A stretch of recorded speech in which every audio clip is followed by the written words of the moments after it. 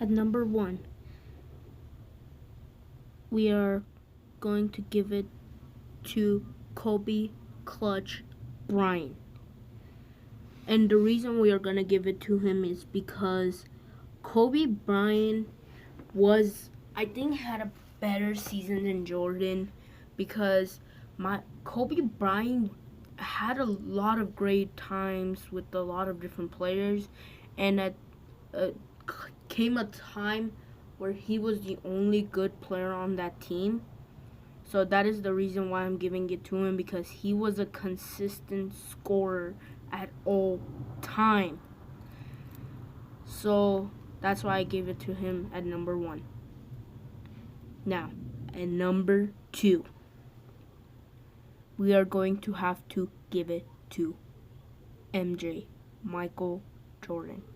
Now, there's not really a reason why not to give it to him, is because he's Michael Jordan. He had a lot of great moments. He started the free throw line dunk. He started doing basically everything. He was a great player. He finished everything off without a doubt. He could have finished a dunk. He could have finished anyone who got in his way. And as a shooting guard, he was playing more like a small forward. But he was the greatest shooting guard of all time, in my opinion. But the reason he won 6 championships is because he had Scottie Pippen in his team, so that's it. At number 3, LeBron James. We are going to give it to LeBron James, because LeBron James is a small forward who has a lot of contact. He's a vicious player who could do literally everything. He could dribble, he could dunk, he could shoot, he could pass, he could do anything. And he did just join to the LA where Kobe used to play, but still he is a Cleveland Cavaliers great. He's probably the greatest player Cavaliers ever had. Their second best. Who is their second best? I don't think they have a second best. So that's the reason. There's no explanation for him. He's LeBron James. So, yeah. At number 4, I was thinking of who to give it to, and I decided to give it to the man himself, Wilt Chamberlain. Now, Wilt Chamberlain, I think, is the only player who has ever got 100 points in a game. The next great was Kobe Bryant, who got 81, I think. So there's not a doubt that Kareem has to get the spot. He was a consistent, probably the best center of all time. The next best is, I have to give it to Kareem Abdul-Jabbar. But Wilt Chamberlain is a lot, I think, better, because he has a consistent rebounding ability and he could do everything with that ball. So, without a doubt, I had to give it to Wilt Chamberlain. My bad. And number 5, the man himself, Kareem Abdul-Jabbar. Sorry, I keep getting tongue twisters. Kareem was a great center who could do it all. He had great rebounding ability. He had a great passing for a center. And he could post up with that hook that nobody could stop him. So without a doubt, I had to give it to Kareem Abdul-Jabbar at spot number 5, because that hook killed any defender that got in his way. So without a doubt, this spot had to be Kareem's. And yeah, LA had him as a period of time, so he's probably LA great. At number 6, Larry Bird. Now, Larry Bird as a Celtic was a great player who was one of the best small forwards of all time.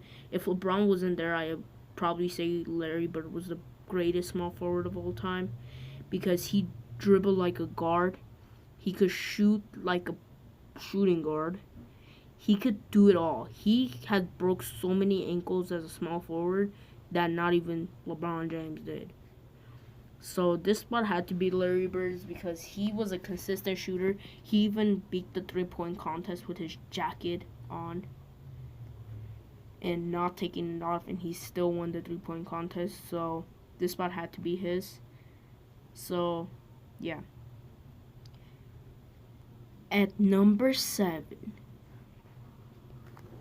Magic Johnson. Now Magic Johnson was the best passer of all time.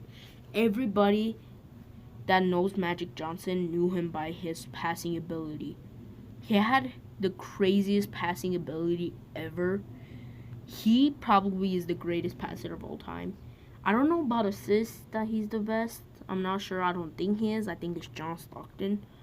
But as a passer, he had so many ways to pass that every new game he had a different way of passing the ball to his teammates.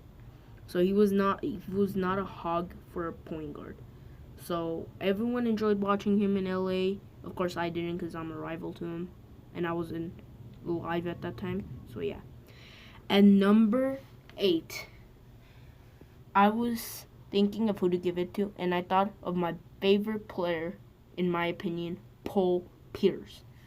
Now, Paul Pierce did only win one championship with the Celtics, and that it was because the Celtics had always a rival to face, and it was always ended up being the Lakers. Until 2012 when they had to face Miami and they took an L.